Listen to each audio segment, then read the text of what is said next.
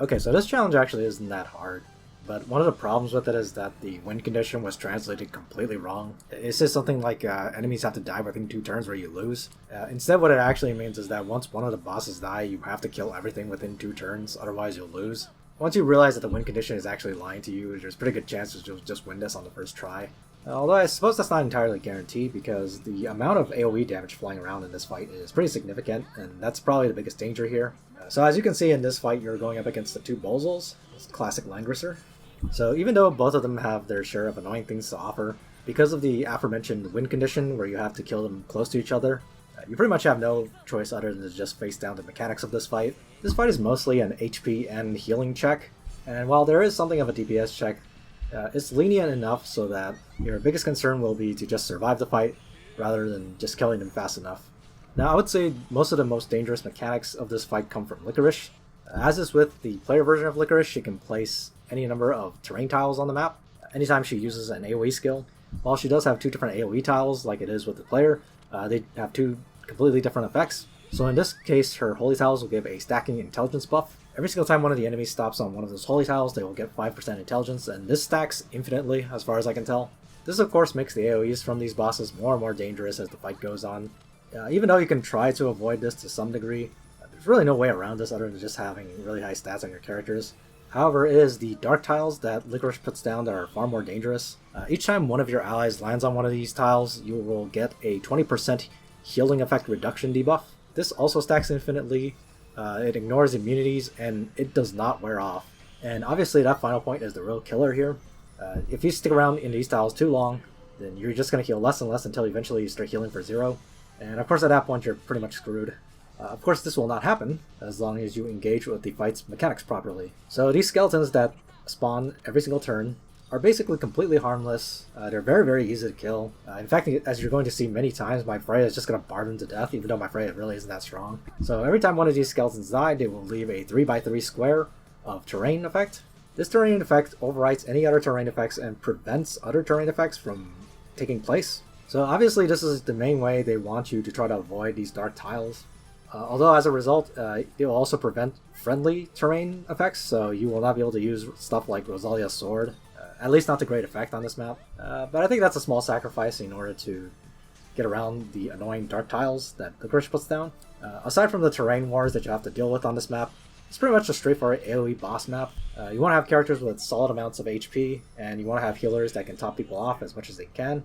Bozel, of course, is as annoying as always. He gives all kinds of debuffs, including heal blocks, so you need to be careful of that.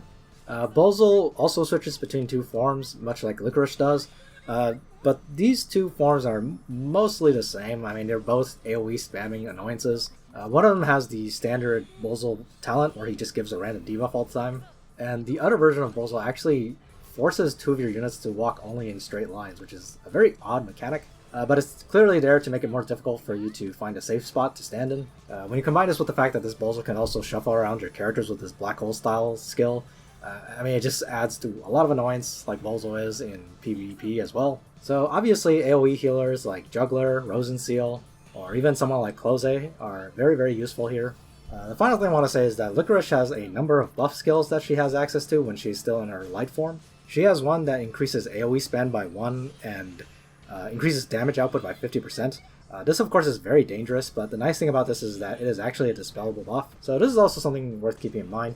They clearly wanted the players to bring a diverse team that also has the ability to take care of buffs somehow. Even though a lot of the buffs on them are undispellable, this is one that is dispellable. So you can see that a lot of my team are the ones you typically see me bring. Matthew, Chris, Almeida, and Sophia are all here. So in this case, Freya is kind of just insurance for me. Think back now, Freya really didn't do much in this fight. I probably would have benefited more from a character that did more damage and ended it quicker. Because really, the few times they actually single target damage you, they really don't hit that hard at all. And my Freya is very underbuilt. In fact, that Oath of Justice she's wearing is actually level 20. But I figured that she might be kind of useful because she would be able to buff Sophia and guard against magic every now and again. All things considered, I probably would have gotten more use out of Grenier here because Grenier would have been able to buff Oliver, and Grenier can stab for a decent amount of damage as well. So finally I have Oliver here. Oliver is still 5 stars. I've been too lazy to get his final few shards. But the great thing about Oliver is that earlier I mentioned the fact that there is a dispellable buff. So since it is a dispellable buff, that also means that Oliver can steal it. So occasional Licorice will be generous enough to give a 50% damage buff to Bozo, which Oliver can then steal. Just a nice little thing to have. Of course, as is usual, with anywhere you can use Oliver to do this sort of thing, you can also use someone like Silver Wolf, who might have actually been better in this case because obviously I brought Freya, and Freya would have buffed Silver Wolf. So one thing you're going to see me do a lot in this fight is that I'm going to scrunch my characters up together, which might seem like an unintuitive thing to do when you're fighting against a bunch of AoE enemies. But as mentioned, the skeletons only drop their cancel terrain in a 3x3 area, which isn't very big. I mean, you can move around a little bit to try to spread out these areas as much as you can, but what it ends up doing is to kind of force your party into a small area where they can AoE you, but as long as you can survive their AoEs, it's really not that big of a deal. It's more important, as mentioned before, to stay out of Licorice's tile so you can heal up as much as you can. And once you've gotten used to the mechanics, it's pretty much a very straightforward tank and spank map, although I guess there isn't really a lot of tanking going on, as you can see.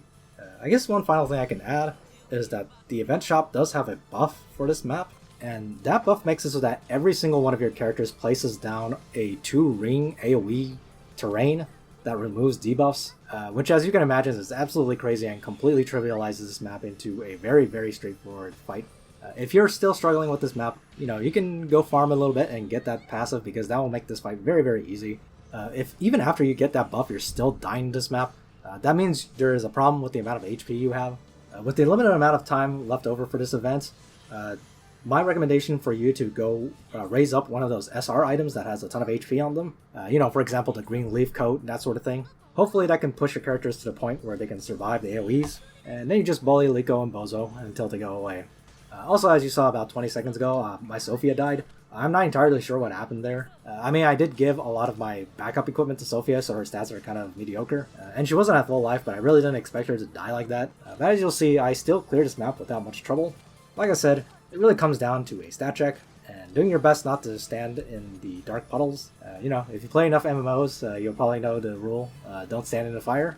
It's pretty good advice for playing video games, and I guess kind of good advice for real life as well. Anyway, that's all I gotta say. On to the final challenge for this event.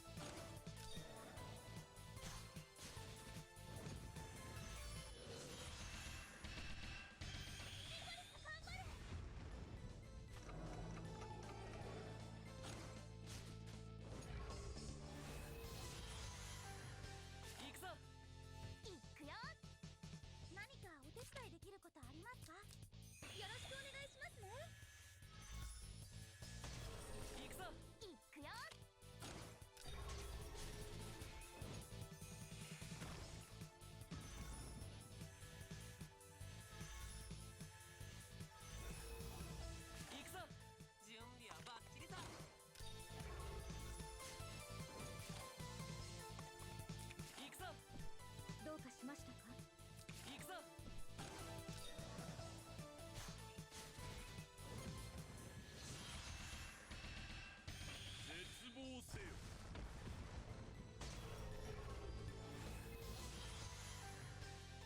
行くぞ。ここここ。行くよ行くぞ。まあこれでいいですか？行くぞ。次の目標は何？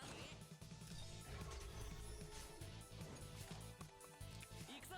行くよ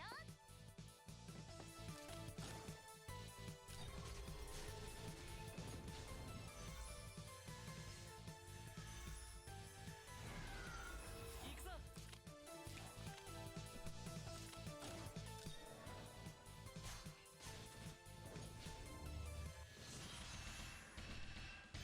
絶望せよ。